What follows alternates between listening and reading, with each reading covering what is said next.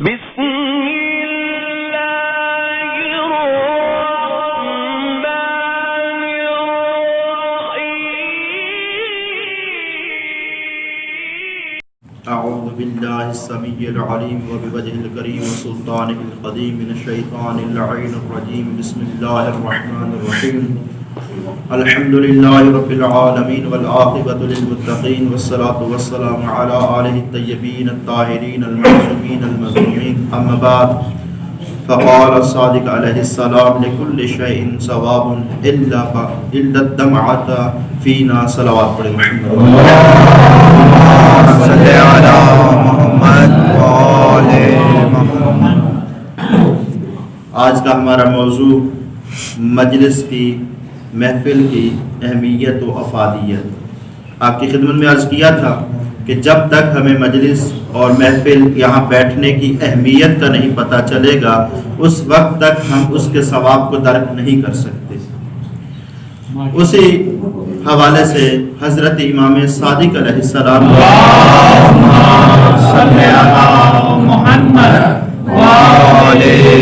حدیث مبارکہ مومنین کی خدمت میں عرض کی کہ مولا صادق علیہ السلام ارشاد فرماتے ہیں لکل شیء ثواب،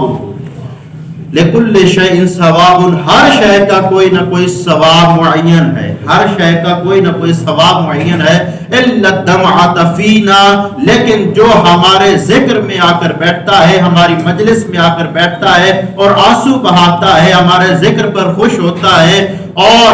ہمارے مصائب پر روکتا ہے، اس کا ثواب اللہ نے معین ہی نہیں کیا، اس کا ثواب بے شمار ہے۔ اللہم صلی علی محمد ہر شے کا یعنی ثواب معین ہے۔ آپ اکثر سنتے رہتے ہیں 70,000 نیکیاں ملتی ہیں، اتنی نیکیاں ملتی ہیں، لیکن معصوم فرماتے ہیں مجلس حسین میں آ کر بیٹھنا، رونا یا صرف آ کر بیٹھ جانا، اللہ رب العزت اس کا ثواب بے شمار رکھ دیتا ہے۔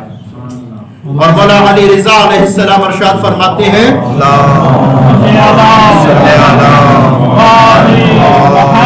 مولا فرماتے ہیں من جالس مجلسا یحیی فیہ امرنا، جو شخص ہماری مجلس میں آ کر بیٹھے جہاں ہمارے اہل بیت کا ذکر ہو رہا ہو، یحیی فیہ امرنا، اور وہاں ہمارے امر کو زندہ کرے، فرمایا کہ معصوم فرماتے ہیں کہ اس انسان کا ثواب سوائے خدا کے کوئی اور عطا ہی نہیں کر سکتا۔ اور دوسری جگہ فرمایا کہ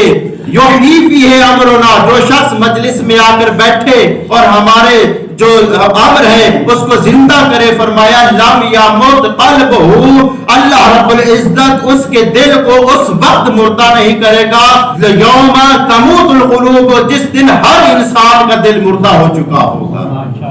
یعنی اس انسان کا دل اس وقت بھی زندہ ہوگا جب ہر انسان کا دل مردہ ہو چکا ہوگا، کس کے؟ بطفیل ذکر محمد و آل محمد کے۔ اور قبلہ آپ یہاں تشریف لائے ہیں، بیٹھے ہیں، اس کے بارے میں مولا صادق علیہ السلام ارشاد فرماتے ہیں نفس المعموم للظلمنا، ہر وہ سانس، ہم بیٹھے ہیں نا، کچھ پڑھ نہیں رہے، صرف آ کر مجلس میں بیٹھ گئے ہیں، فرمایا کہ نفس المعمون لظلمنا،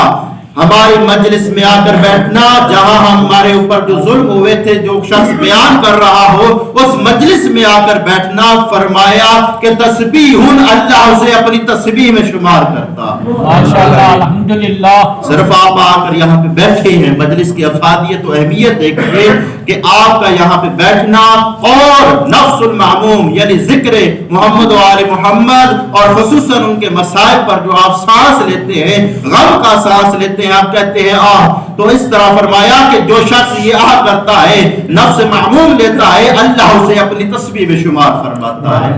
اور توجہ کیجئے گا، بڑی خوبصورت حدیث ہے، مولا فرماتے ہیں کہ یہاں بیٹھنا اللہ اپنی عبادت میں شمار کرتا ہے۔ اور فرمایا جو شخص ہمارے راز کو چھپاتا ہے، خداوند عالم اسے جہاد کا ثواب عطا کرتا ہے۔ یہ حدیث بیان کرنے کے بعد مولا صادق علیہ السلام ارشاد فرماتے ہیں ثم قال ابو عبداللہ علیہ السلام، مولا فرماتے ہیں کہ چاہیے چاہیے کہ وہ جو حدیث ہے، حاضر حدیث ہے بالذہب، وہ حدیث یکتبہ، وہ حدیث انسان سونے کے ساتھ لکھے،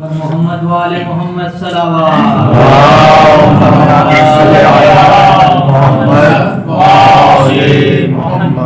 ایک دو واقعے اس ضمن میں آپ کی خدمت میں عرض کر دوں کہ اس مجلس کا ثواب کیا ہے. اور قبلہ آپ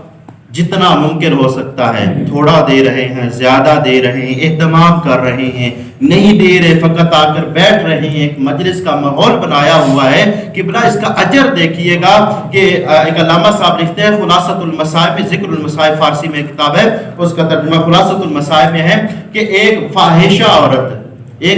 عورت گناہگار اور جس کی زندگی ہی گناہوں میں ڈوبی ہوئی ہے، وہ عورت اس کے ہمسائے میں گھر تھا جہاں ذکر حسین ہوتا تھا، جہاں ذکر محمد و آل محمد ہوتا تھا. ایک دفعہ وہ فاحشہ عورت آگ لینے کی خاطر، اس کے پاس آگ نہیں تھی، وہ آگ لینے کی خاطر اس گھر میں آئی. یہاں پہ ذکر سید الشہداء، ذکر محمد و آل محمد ہو رہا تھا. جب یہاں پر آئی تو دیکھا کہ سارے لوگ غم حسین میں، غم سید الشہداء میں، غم محمد و آل محمد میں جو ہے وہ مغموم ہیں، کسی کو کسی کا خیال نہیں ہے. اور دیکھا کہ آگ بجھ رہی ہے، قبلہ جو ان کا کھانا پک رہا تھا یا جو تھا ان کی آگ بجھ رہی ہے. یہ عورت آئی ہے، پہلے اس نے پھونک مارے ہیں، اس آگ کو جلایا ہے. اس جلانے کی وجہ سے کچھ آگ اس پر بھی گری، کچھ دھواں جو تھا یا کچھ جو گرد و غبار تھی وہ اس کے اوپر بھی گری. جب وہ بل گئی اپنے، اس نے آگ لی اور چلے گئی. جب گئی ہے جا کر گھر جا کے سو گئی ہے. عالم خواب میں کیا دیکھتی ہے؟ عالم خواب میں فرشتے اسے جہنم کی طرف دھکیل رہے ہوتے ہیں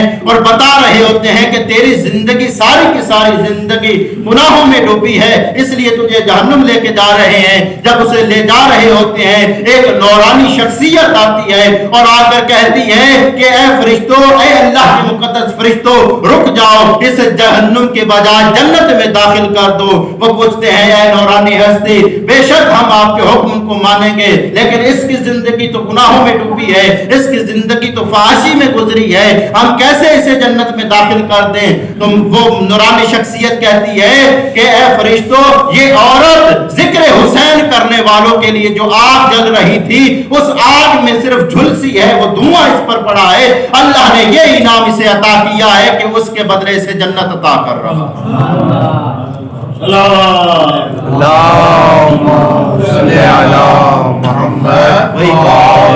کوئی اس نے مجلس برپا نہیں کی، کوئی اس نے نیاز کا اہتمام نہیں کیا، کوئی اس نے معاون نہیں بنی ہے وہ کسی شہر میں. صرف کیا ہے کہ وہ جو ماتمی تھے، وہ جو عزادار تھے، وہ جو ذکر حسین سننے والے تھے، ذکر محمد و آل محمد سننے والے تھے، ان کی جو آگ بجھ رہی تھی اس کو روشن کیا تھا. اس کے بدلے اللہ نے جنت عطا فرما دی. اور قبلہ آخری واقعہ اور ذکر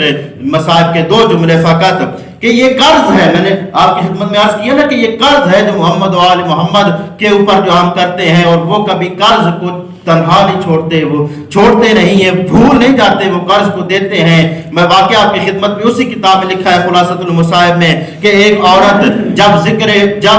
اس کا جوان بیٹا فوت ہو گیا، جوان بیٹا فوت ہو جاتا ہے، وہ ہر روز اس بیٹے کی قبر پر جاتی ہے اور غم مناتی ہے، روتی ہے، پیٹتی ہے. جیسے ہی محرم کا چاند نظر آ جاتا ہے وہ اپنے بیٹے کی قبر کی طرف مخاطب ہو کر کہتی ہے اے بیٹا، آج سے میں تجھ پر نہیں روں گی، آج سے میں اس پر روں گی جس پہ کائنات روتی ہے. عزاداران امام حسین علیہ السلام. یہ عورت چلی گئی ہے کہہ کر اور 10 دن تک صف ماتم بچھایا مولا سید الشہداء کی خاطر. جب 10 دن تک مصائب پڑھا، سنا، صف ماتم بچھایا، 10 دن کے بعد جب اپنے بیٹے کی قبر پہ آتی ہے نا عزادارو، میں نے کہا نا یہ قرض ہے جو نہیں چھوڑتے ہیں. جب یہ اپنے بیٹے کی قبر پہ آئی ہے کیا دیکھتی ہے کہ ایک کالے برقعے والی مستور ہے جو اس قبر پہ رو رہی ہے. یہ خاتون جاتی کہتی ہے کہ اے خاتون، شاید تو بھول گئی ہے، تیرے کسی وارث کی قبر کوئی اور ہوگی، یہ تو میرے بیٹے کی قبر ہے. آگے سے وہ خاتون اس کی طرف منہ کر کے کہتی ہے کہ اے خاتون پہچان، میں سیدۃ النساء ہوں، تو میرے بیٹے کو پرسہ دینے گئی تھی، میرا حق بنتا ہے کہ میں تیرے بیٹے کو پرسہ دوں. عزادارو، یہ ایسے نہیں چھوڑتے ہیں، یہ آپ کا قرض ہے جو اس پر آپ گریہ کر رہے ہیں، اور آپ دعاؤں کا یہ صلہ ہے. یہ سیدۃ النساء العالمین کی دعاؤں کا نتیجہ ہے جو آپ یہاں پہ رو رہے ہیں، جو ان کے اوپر مصائب پڑھے گئے، جو ان کے اوپر مصائب گرائے گئے، اس مصائب کی خاطر آپ یہاں بیٹھے ہیں. اور قبلہ صرف ایک مصائب کا جملہ پڑھنا چاہتا ہوں کہ ایران کے ایک عالم دین پڑھتے پڑھتے جب اس بات پہ آئے نا کہ